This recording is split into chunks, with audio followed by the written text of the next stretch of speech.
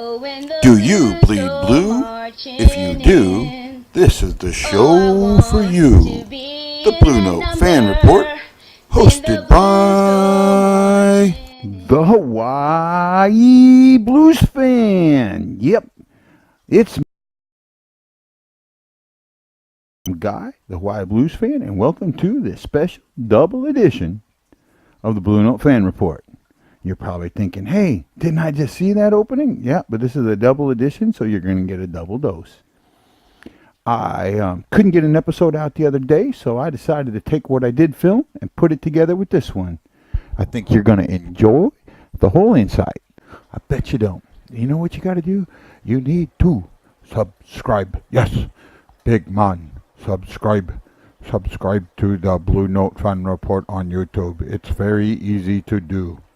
And after you subscribe, don't forget, sir, to ding, ding, ding, ding, ding, ring the bell. Please, sir, ring the bell.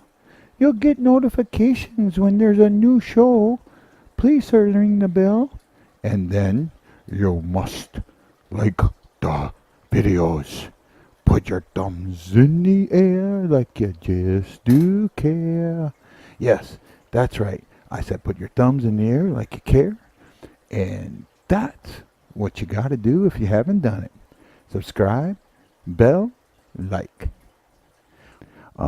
I've got 2.5 fans of the game. I got a pet of the game, a tattoo, and my first ever 4-bagger. Yep, I got a 4-bagger. I am very proud and excited to mention her a little bit later. I'm going to sit down and talk to Mike Dante about the last couple of games and the upcoming game against Tampa today. I'm really excited about doing this double episode. I know it's long, I know it'll be weird, but you guys know that I'm weird, so you'll love it. Blues fans, let's talk some hockey and be for the fan. Aloha, Blues fan. So you're kind of wondering what's going on because I missed an episode. Yeah, that's right. Some things happened and I didn't get it.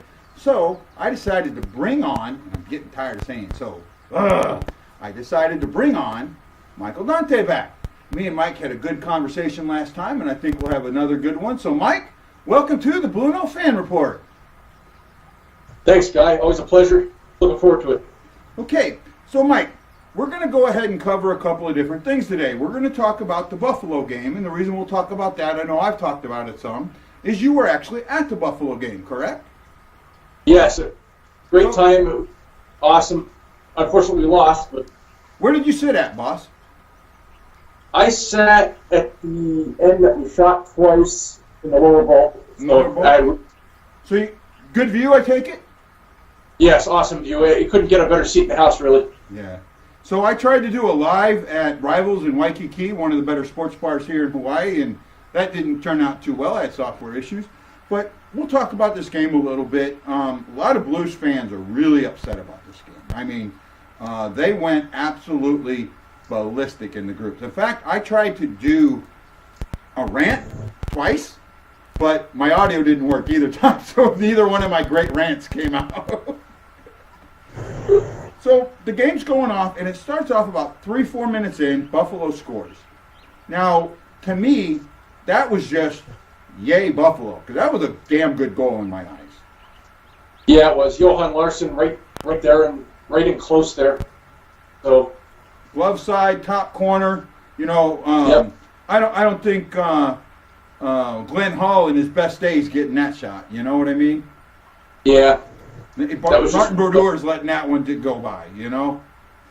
Yeah, that was one of those. You just got to tip your hat to Buffalo. I mean, that was a really good play, and they scored first, and they got the early advantage. Unfortunately, taking advantage of, both teams on back-to-back, but obviously they had more legs being at home in the beginning of the game than the Blues had, unfortunately. Yeah, that was kind of surprising that, with both teams having back-to-backs, that the Blues came out a little flat, but not completely surprising. And the reason I say that is we played Pittsburgh the night before.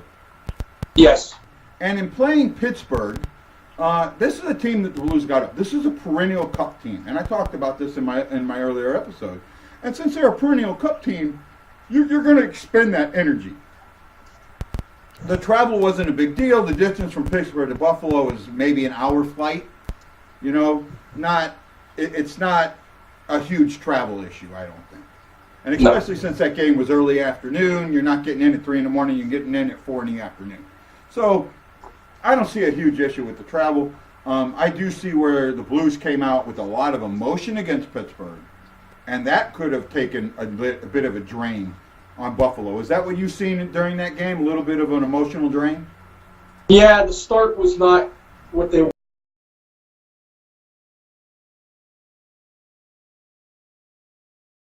very good team effort, you know, but if they would have gotten a better start, I truly believe they would have won that game.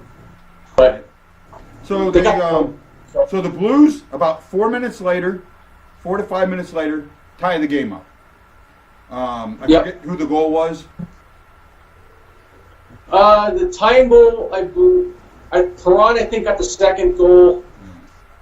The third goal, I don't really recall, to be honest. Yeah, neither here nor there. We'll talk. Maroon got the first goal, and Perron got the second one. Yeah, Maroon. That's right. Maroon got that goal. Maroon's got 4 goals in 4 games. I mean, that's for him. That's impressive. 4-game goal streak. I know that's a career high for him. Doing the things that we brought him here to do, too. Net front presence. Yeah, absolutely. So then a little bit towards the end of the first period, Buffalo gets the go-ahead goal, makes it 2-1. Now, this is the goal that a lot of people felt the Blues should have challenged for goaltender interference. I don't. I think this was a good non-challenge. The reason I say that, and I know you were there, so maybe in real time you don't see it, but when you look back at it, I couldn't see who the player was, even in the replays, because of the way it showed. Buffalo's player was being pushed. And then his stick catches Jake's glove. Okay, that's the interference. But again, the interference has to be an intentional interference. And this was non-coincidental to me. And then I also thought Jake had time to reset before the goal went in. Yeah, that's how I saw it as well. I didn't see it being overturned. I thought it was a play that they were going to stick with their normal call, which a lot of the challenges, honestly, you hardly see teams win them anyway. I mean, so... I think I see challenges as more of a timeout. Let's take a breather and regroup, because a lot of them really aren't won. Yeah. But and this is the thing, and I'm with you now, because goaltender interference is so iffy, and there's no set definition of what goaltender interference is. It is a judgment call. Even the NHL tells you that it's a judgment call, right? So because of that, when there is possible interference, a lot of times it's not challenged. I'd like to see them change the rule a little bit. I don't like the time giving up the one timeout. If you're going to allow a challenge, it should be you should go from one timeout a game to one timeout a period. Right? I can see that. And if you don't use that timeout or you don't use the challenge, you don't keep it. It goes away. Right? I think that would allow some of these ifs to be challenged. Another thing you can't forget is a lot of these challenges and the calls, they're based on the call on the ice. Yeah. So if the call on the ice was no goal, they might have stuck with it. Yeah. Actually, there was a period. It was a game, I think it was Ottawa and Pittsburgh. It went from goal, no goal, goal, no goal. It was originally called a goal on ice.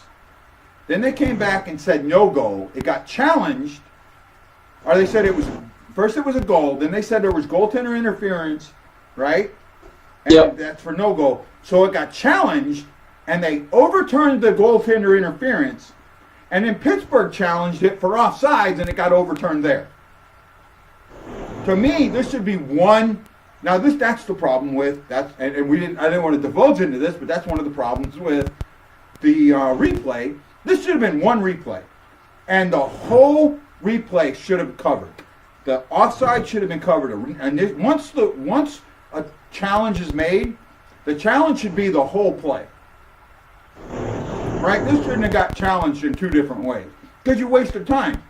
Because the offsides ended it all. That was the be all. If you would have originally looked at that and said, "Oops, this play's offsides," it wouldn't have counted. Done. Done. Yep. Right? Absolutely Yep. done. And that's what I think should happen. That once Yeah.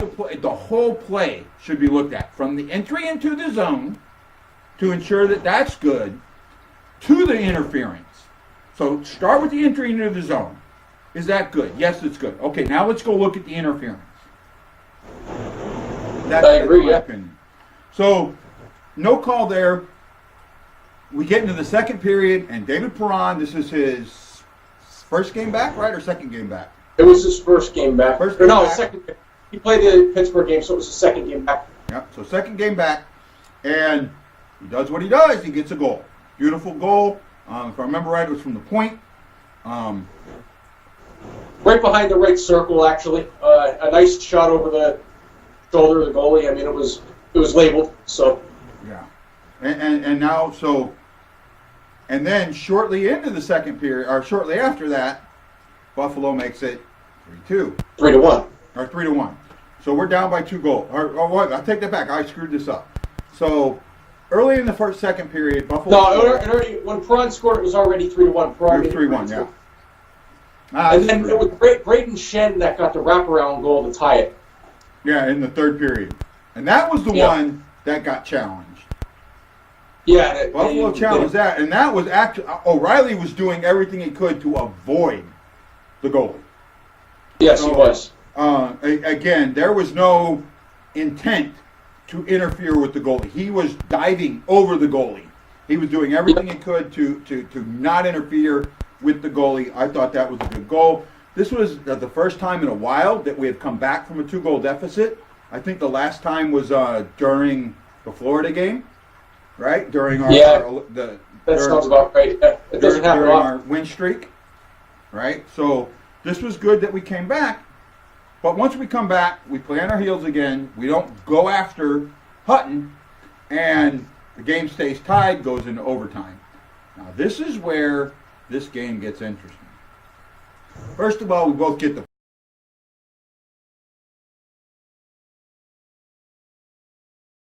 chance at the playoffs, so the point doesn't matter to them.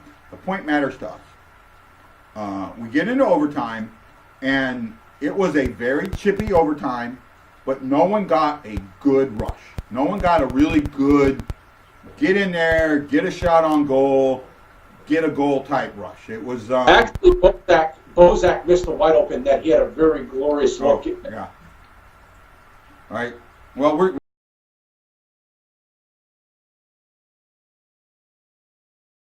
we had missed that game. Yep. Right. That was and that was actually from the third period in overtime that we had missed an empty net. So we make it to the shootout. Now the shootout in the NHL, and this is something that I think most fans don't realize. The shootout is actually designed for the shooter, not the goalie. Right? And the reason I say that, when you think about it, okay, so when you have a breakaway and you get a penalty, what do? Award. They award a penalty shot, not a power play. They award the penalty shot because the chances of scoring on a penalty shot are higher than scoring in a power play. Actually, it's about 60%. Right? About 60 to 65%. That goes without saying. Penalty shots are converted. Power play. Right? Yep. To where the average power play is somewhere around 20%. Yep. Right? A good power play is around 20. So this is on the shooter. Now, because of that, something interesting happens in almost every NHL arena. The home team gets to dictate whether they go first or last. And almost every single home team goes first. And the reason you go first is because if you're ahead, you want that last shooter to have that extra pressure on. True?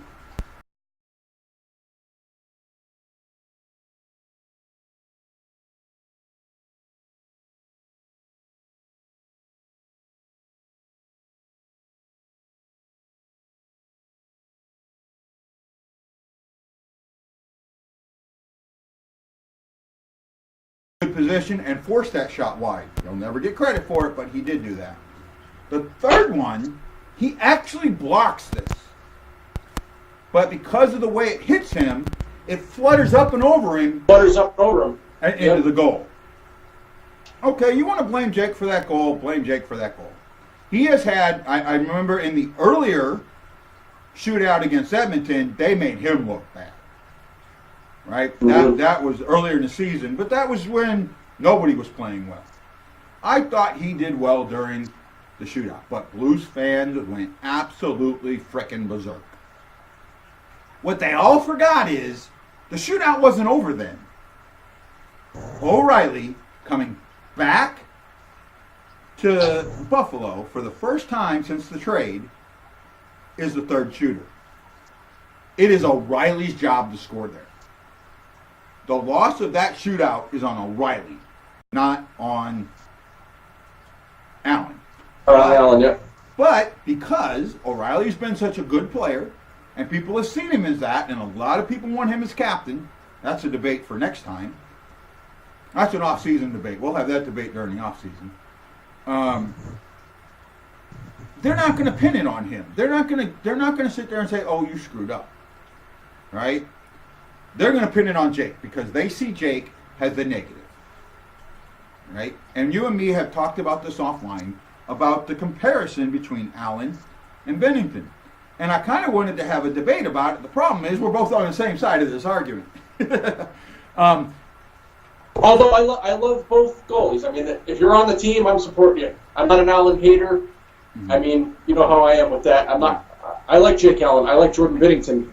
Thank God for the turnaround. We had a miserable start to the year. Times were tough. Mm-hmm. But if you're on this team, I support you. And you know what? That is my thought process exactly. You and me are on the same page there, Mike. So yep. We lose that game, but we get the point. But in the groups, did they go effing ballistic? I mean, out of their freaking minds. It's laughable. Allen. In fact, it was so bad, and I'm never going to call somebody out on my show. I will not do that, right? I don't think that's right. I don't think it's fair unless somebody wants to come on and debate me. I'm not going to call them out. Someone made a post that Jake Allen was 1-7 in his last 8. And that was so untrue. Now, the actuality isn't much better, but he was 2-3. That's still 50% of points. And you know what?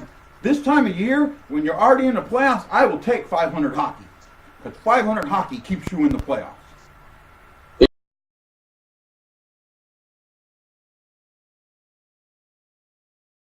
First of a 4-game homestand. Edmonton Oilers, Ken Hitchcock, and the Oilers come drilling for oil in the Blues' hearts. I was concerned about this game, and I actually made the prediction.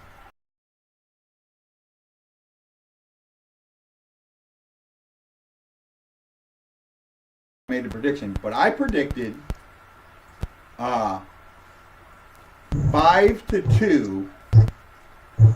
I predicted 5-2 Edmonton. Predicted a loss. I didn't see the Blues winning this game at all. Boy, you know what, Mike? You can attest to this because I think you've seen every episode of this show. When it comes to the score, I'm pretty damn good. Yes, you are. You're almost spot on. Even if you don't get the goal amount right, you still get the deficit correct. Right? I may get the teams wrong, and some of that's on purpose, but as far as scores go, I'm pretty good at that. This game was amazing in the way it started. They came out and absolutely said, not today. Score early, score often, and score from everywhere with every line. And they defended Draisaitl and McDavid like you wouldn't believe. I think that was the first game in a long time, I think since January, that neither of those players have in a game. Right. Well, not only that, they did this. I don't know why they're doing it, but once Bennington's in net, and this is where the debate can come in. When Bennington's in net, the Blues play puck control. Now, that I've been talking about puck controls from day one. From when I did my very first rant, quote, the Blues fan rant, pregame rant, and in my 3-minute episode, I said the Blues need to control the puck. Been saying it from the get-go. But what I mean by puck control is simply this. It's being a stingy team that doesn't allow the other team to shoot. Right? You get sticks in the lanes. You make sure that the team doesn't come through unmolested. Now, you and me were looking at some numbers earlier, and Pittsburgh actually had, and I think the number was 60-something attempts on net against the Blues. But even with all those attempts, very rarely did they come through the neutral zone with any speed. There was always a stick in the way. There was always a stick in the way. There was always when you came through, you were getting hit. You were getting molested. You were getting forced to the outside. They were not allowing Pittsburgh the prime zones. Well, against Edmonton, they did the exact same thing. And then Blueberry, who you know I have no love for, right? Not hiding that fact. I am not a fan of his. I don't think he does his interviews very well. You know, where he comes out with his tie untucked, and God, he almost sounds like a robot. We could have done this a little bit better. Yeah, he'll be fine. Yes, my battery power is correct. You know, that's how he sounds to me. He doesn't sound like a confident coach. He doesn't sound cocky, and he doesn't sound like he knows what he's doing.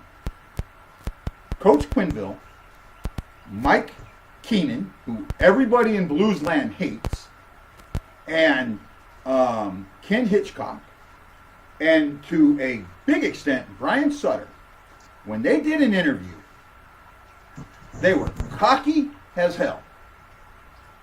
Right? You knew they were the head coach. I just don't get that feeling with Ruby. I just don't. Neither here nor there. I go on a rant again. Although I think for Ruby, I just think that's just his demeanor. I think that's just who he is. I think behind closed doors, he is cocky. I think he holds the players accountable, and I'm not saying he turned the team around, but I think he lit the spark. And he's not gonna show that. He's not the kind of guy that's going to show that emotion to the media. That's how I interpret him. Okay. I'm not trying to take away how you feel. That's you're right. I'm not saying he's the best. Yeah. But what I'm saying is, I just don't think he's the type of person that is going to show that or say it to the media.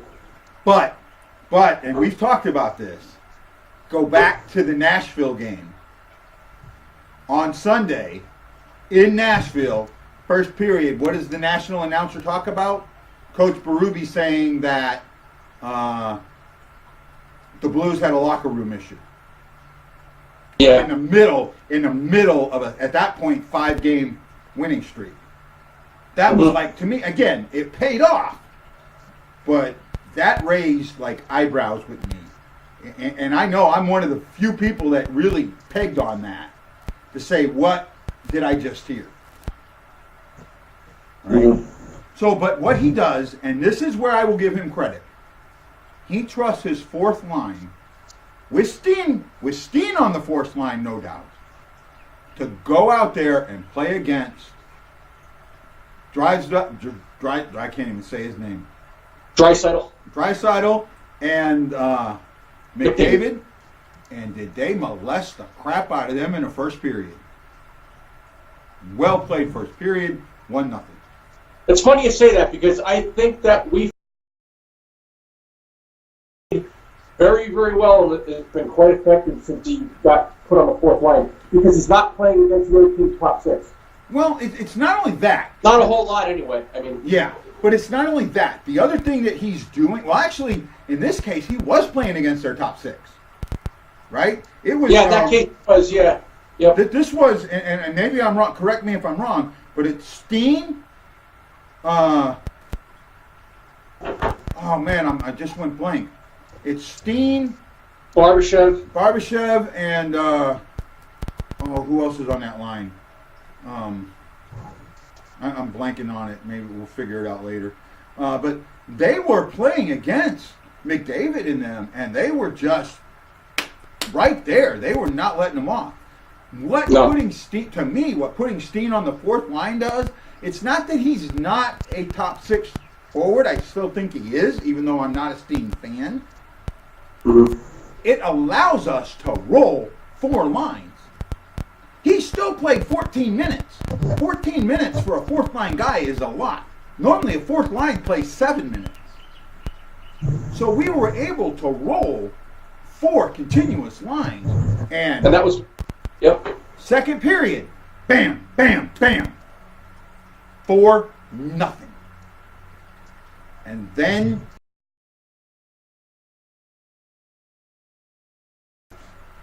this is what my concern about Bennington is. He's still a rookie, correct? And he makes some very big and glaring rookie mistakes. Right? The 2 wraparound goals. Both of them, he had his foot on the post and still allowed the goal. Right? Not only that, they were within a minute and a half of each other. That concerns me. Agreed? Disagree?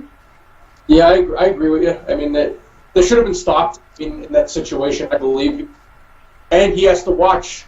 He needs to be more conscious of what's going on kind of behind the net, like to judge, is this player going to come try to wrap it around that way or the opposite way? Right. And kind of reading plays is what I think that comes down to. And then he gets this ole with his glove, and Parayko saved the goal. It should have been 4-3. It was out of midair. That was out of midair. Right? It should have been 4-3. Parayko was Johnny on the spot, whacked that puck out of midair, good hand-eye coordination. Maybe he was a baseball player, I don't know, but he saved that goal. Yes, he did.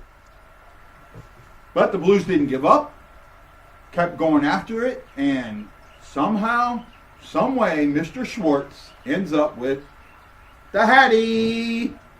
Right? Good win. Good, solid win against not a bottom-feeding team, but a good team. Even though they may not have it in the standings, they're still a good team in my eyes.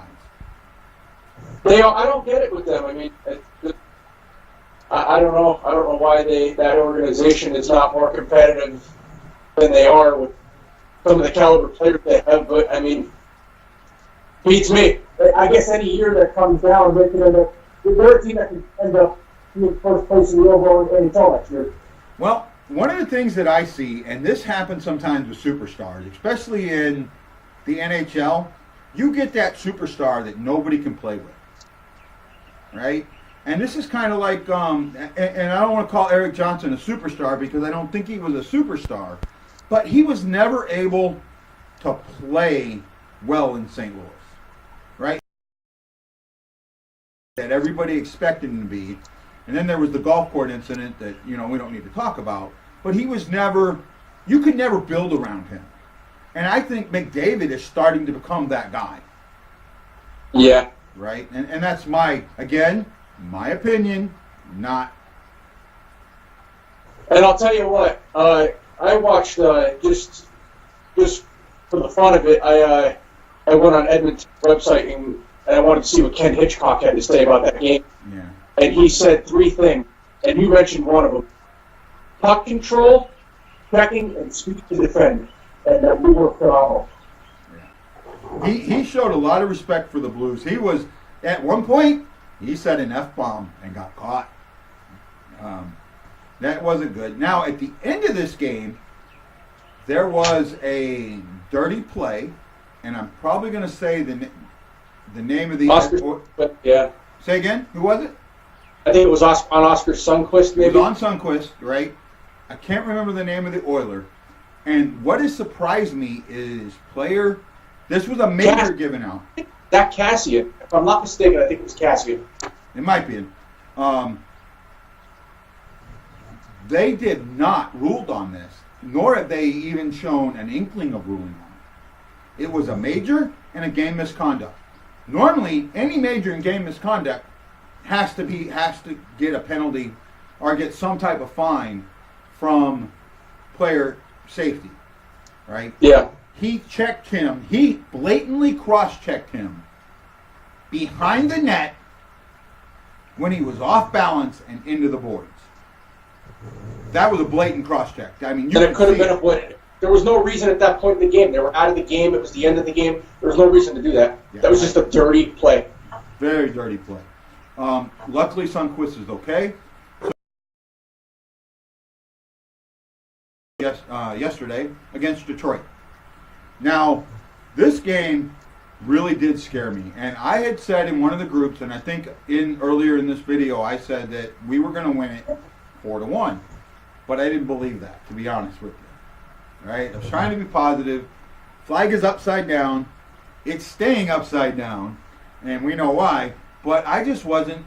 We have not shown a propensity to get up for low teams. And Detroit is a bottom feeder. They're at the bottom. They're going to have a high draft pick again, top 10 draft pick in the lottery. Just not the kind of team that you want to face at this point. And then the game does exactly what I didn't say it, but I thought would happen. Detroit scores early. Within a few minutes of the game, they get a goal. It was actually a pretty good goal. I forget the name of the player, but he whacked in a rebound. It was a little bit of a Thomas Vanek had both their goals actually. Yeah, Vanek, yeah. It was and I'm sorry guys for not remembering everything. I'm on some medicine that's really messing with my head a little bit, so it's making me pulling names out of the air and even stuff that we talked about earlier hard to get at. So give me a little bit of leeway, I ask. So he gets a goal. It wasn't a bad goal in my estimation. I'm okay with Bennington giving this one up. I don't think it was a softie. A little bit of a breakdown. You had a player right there on the doorstep that shouldn't have been there. Okay. But the thing about this game was the answer. It was quick and it was loud. Sundqvist, who was coming back from that bad check, just sniped one in. Or actually, was this the one where he got his own? No, that was Barbashev that got his own rebound. Sundqvist sniped one in, made this a 1-1 game, and said, not today. Not today, not in our house. We are not going to give up the first goal and lose to a team that's worse than us, not today. Absolutely. Yep. Right? Which is a sign of good things, though. We're starting to, stay with it more. Yes. I mean, the past couple games against lower teams, no matter what happens, we're finding ways to win the games that we're supposed to win. Yes. Right? Even in the Buffalo game, we came back. Came back twice, actually. Came back from 1-0, made it 1-1. Came back from 3-1, made it 3-3. Edmonton, we didn't have to come back. We control that one from the get-go. Yep. But they came back. And then Mr. Barbashev decides that, you know what, Mr. Armstrong, make sure Barbashev's parents and his brother stay in St. Louis. Oh my God, did he play good? Yes, he did. He was not letting them go home without seeing him be the Barbie we knew he could be. Yep. Come on, Barbie, let's go party. Come on, Barbie, let's go party. They played that after he scored the hat trick. That was great. I was laughing in front of my TV. I got a kick out of that. That was, the Blues came out and played that game. Barbashev gets 2 goals in the second, right? In the second or in the first? One in the first and one in the second, I think. Early in the third, Vanek gets another goal. Could have been a goaltender interference. I thought. Then when I looked at the play, he was pushed. The Red Wing was pushed. So you let the goal stand. I'm okay with it. You're worried about the 2-goal lead. At this point, it was 3-2. And then there's Mr. Maroon, who says, you know what? I've never had 4 goals in a row before. He got his 4th goal in 4 games. Yeah. On the doorstep, right there, smacks it away, doesn't give up, right? I think he smacks it one from one side, moves to the other side, and then there's the puck, and he smacks it in again. He took 2 or 3 shots on that play before he scored, but I'm glad he did. Right? And like I said, what do you notice about ththose goals, though? Barbashev's 2 goals and Maroon's goal, they weren't pretty. Sundqvist's might have been pretty, but they were driving the net. Yes. Drive to the net. Absolutely. Getting the points where you need to get the points. That made it 4-2 late in the third period. And I still do not understand this. I don't agree with it. They pulled the goalie with 2-3 minutes to go. I think they pulled him with 2 minutes to go. 45 seconds left in the game. Barbashev gets the hat. Time in Blues history that they've had back-to-back hat tricks. Yep. Second time. There's 2 games. There's been a lot of history happening with the Blues this year, both good and bad. And that's what I like. And history means it means you're thinking outside the box a little bit. Barbashev playing on the fourth line gets 3 goals. Sundqvist playing on the second line gets a goal. Maroon playing on the third line gets a goal. I mean, our first line didn't get a goal, and I heard people going, oh, our first line's got to get going. Our first line's got to do this. You know what? Our first line played a really good game. Right? They all had Yes, good they did. shots. They all had good shots on goal. They all were playing. O'Reilly is doing something that I didn't think was possible, but it's rubbing off. We got him to be an offensive forward, but he's really a defensive forward. And he's showing that he can be that quality defensive forward. That he can play a 2-way game and still score goals. He's playing that. It's working. It's becoming really good and powerful. I like what I'm seeing. I hope we see more of it. I still think Tarasenko played well, and I think Shin played well. I mean, just because they're not on the score sheet doesn't mean they didn't play well.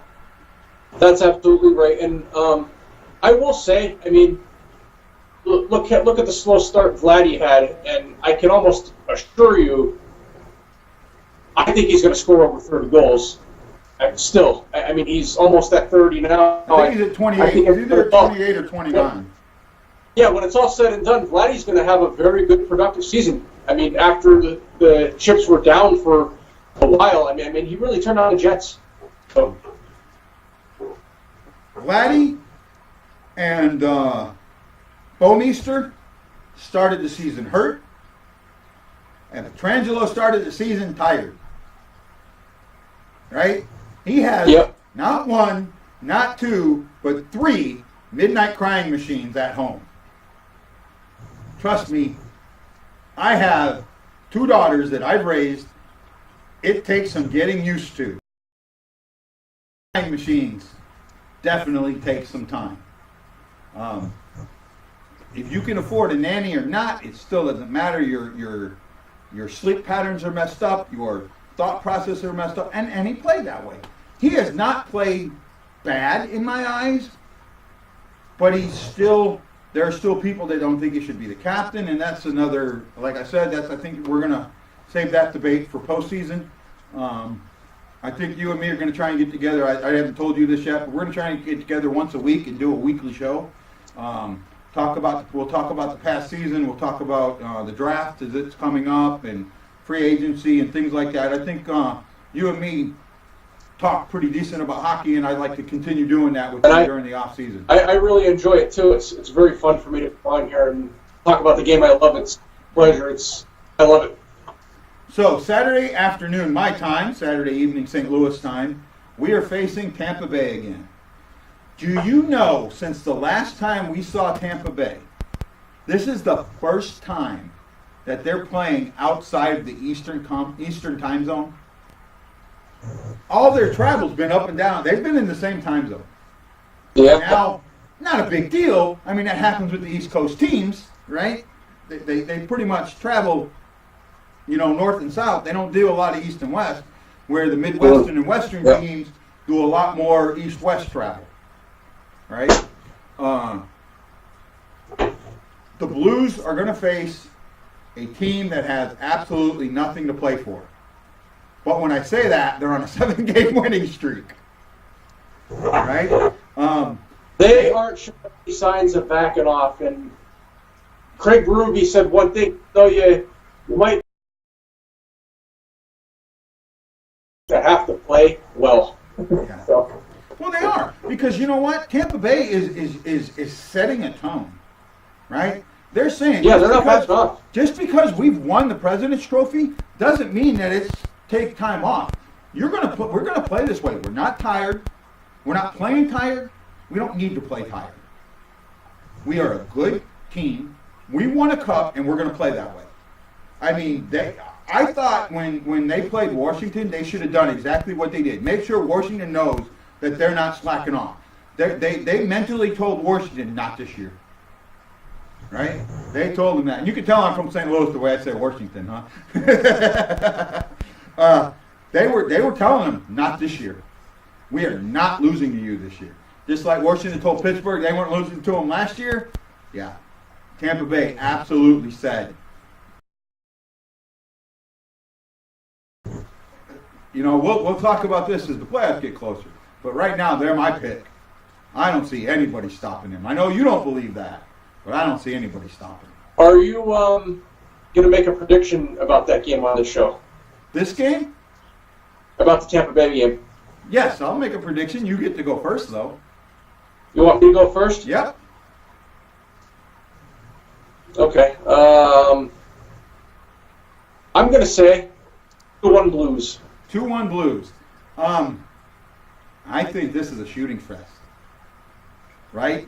If Bennington starts again, which I could see happening, I don't like it because I think you're overusing him now.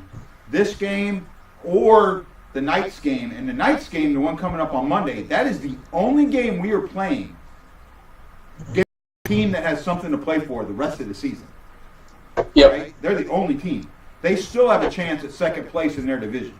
And they're also very hot right now, too, as well as Tampa Bay. Oh, yeah. I want to say thank you to the Golden Knights and to Louis Presby. Louis does the same thing I do for the Golden Knights. I think you've seen his channel. I know I've done it before, VKG coverage. Louis and your Knights kicked the living out of the Jets last night. Thank you very much. We needed that. The Stars lost? The Stars lost in overtime, right? I think it was I think it was regulation. Stars lost in regulation. The Predators lost in overtime. Lost in overtime. Pittsburgh beat them in overtime. Crosby got the shootout winner. That's correct, yep. So every team that we needed to lose, including the Avalanche, the Avalanche beat the Coyotes, I think. Right? But for the most part, every team, the teams we needed to lose lost. That's good on us. And then the other thing, so you said 2-1. I think this is a shooting fest. I think Tampa Bay is going to want a piece of Bennington. I really do. I see this being 5-4 Tampa. I see Bennington getting pulled in the second. Oh. Right? Look, and you know what? You might think, well, there goes Guy being the Bennington hater. Let's back this up. First of all, no. I didn't say that. I didn't say that. You didn't say that, but I'm sure some of my viewers, and especially my Allen haters, right? The black glasses guys, that's what they're saying. But let me back up this statement a little bit, and I'll let you chime in on this. First of all, Tampa Bay is coming off 7-game win streak. 7-game win streak going into tomorrow's game. They ain't letting off. They weren't embarrassed by Bennington, but they weren't the story either. And this team has been the story all year. Right? That was a day that they weren't the story. And when that happens, you can see some of the better players in the league get up.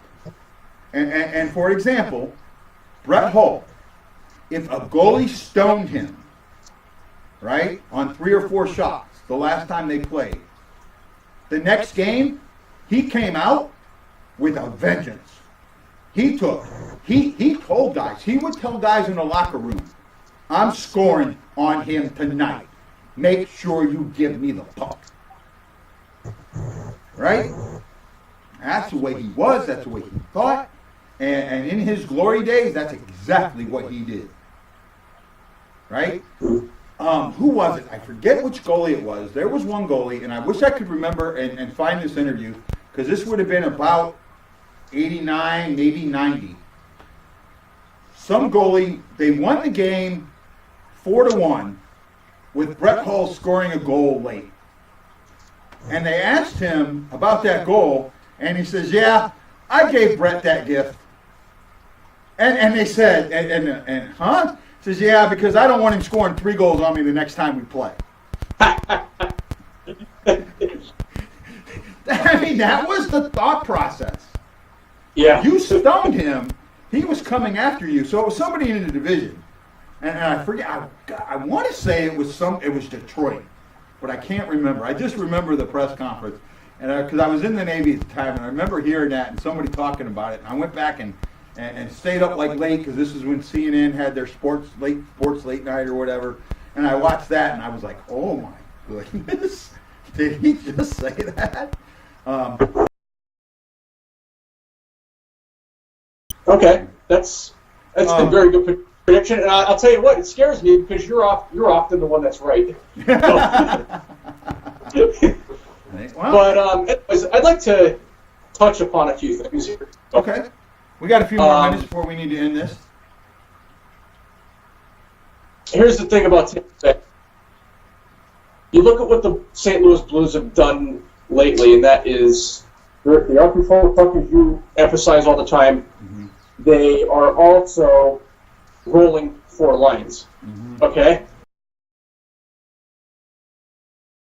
I say this, but here's why I say Tampa Bay is not invincible. I think a team like St. Louis, if that ended up being the finals matchup, I think we would give them fits. Because of the way we have speed to defend, they don't face a Patrick Maroon that is relentless behind the net on the puck. Bronze how to get the puck. We have a lot of guys that can roll 4 lines on those 4 lines that possess the puck, and they are very difficult with the rules to get off the puck. I think we, for Tampa Bay, are a bad matchup. So, no, that's just my opinion. And no, you're right. I kind of agree with you. And my thing is, for the most part, no one's gone out there and shown Bennington. I mean, Bennington's cocky. And there's no ands, ifs, or buts about that. That's where you get this stuff, right? You know, this stuff I've been talking about, the Ole, right? Yeah. That's absolutely because he's so cocky. And that cockiness scares me. It concerns me when you have, and maybe you remember these guys, maybe you don't, the Detroit teams from the late 90s, right? The mid-90s to late 90s, when they had all the Russian players, right? They were, if a goalie was cocky then, they would come in there and just go after them, right? Yep. Kevin Weeks, who's on the NHL Network, was a goalie. I don't think he was the starter, but he was the backup. I think they actually rolled 2 goalies back then. Here's the thing. I remember that year. That was 2002. I was in 7th grade. They went to the finals against Detroit. Yeah. And Archer's Urbe was struggling towards the end of that season, but Archer's Urbe ended up. Weeks has talked about how they would have Hull and what was the other guy? Tampa Bay's GM now, the Russian guy, skate just one at a time, skate the blue line during warm-ups, right? So here's Urbe and Weeks stretching out. There goes Hull staring you down. There goes Russian 1 staring you down. There's Larionov. Huh? Right? He said that. And he said later when he talked, so yeah, we did that on purpose. We knew it was going to shake you. Right? That is what Tampa Bay is going to do to Bennington. I think they are going to try and shake him. and they're going to knock the cockiness off him. And, I'll be honest with you, I think it's good. Do you want that cockiness going into the playoffs against Nashville that you're going to see 5 to 7 times? Right? That cockiness could hurt you a lot. Right? Very well, it very well could, but he could also be that good that he backs it up too. I mean, you got to be fair. You know what? In a way. If he's, I'll tell you this right now. If he's that good, if Bennington is that good, I'll eat a hat. I'll eat an old hat. I'll do it on the show. I will eat the bill of an old hat on the show if he comes out and plays that good. If he shows it up and he sits there and does what he's supposed to do and takes the Ole away and stops the shots and wins this game and wins it convincingly, I'll eat a hat. Salt and pepper, baby. I'll eat a hat. Well, I don't want you eating a hat. I mean, I don't want you doing that. I mean, but. But you get what I'm saying. I want him to come out and do it. Yeah, absolutely, I do. I want him to come out and do it. But he's 25 years old. He's still a young kid. Right? He's older for a rookie. Yeah. And there's only been a few rookies that have gone on to win the cup, and one recently in Murray. Right? But I was looking at something earlier, and we got to go here shortly, but I was looking at something earlier, and HockeyReference.com has this stat they call really bad starts. Right? And Jake Allen's had 11 of them. And I was reading the names off, and I think you wrote it down. What are the names of those guys that have as many or more bad starts than Allen? Do you have it there? I don't think I wrote down all of them, but I mean, one of them who's right below, I think Allen has 11. Someone who has 9 of them is Matt Murray. Matt Murray has one of these.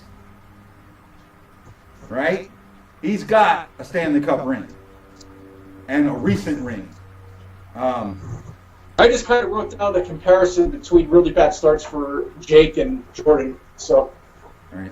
I didn't really write down like the lead. Yeah. You know. Yeah, that's a big deal. Well, Mike, I want to thank you for coming on. I think we've gone about 20, 25 minutes. I can't really see the clock there.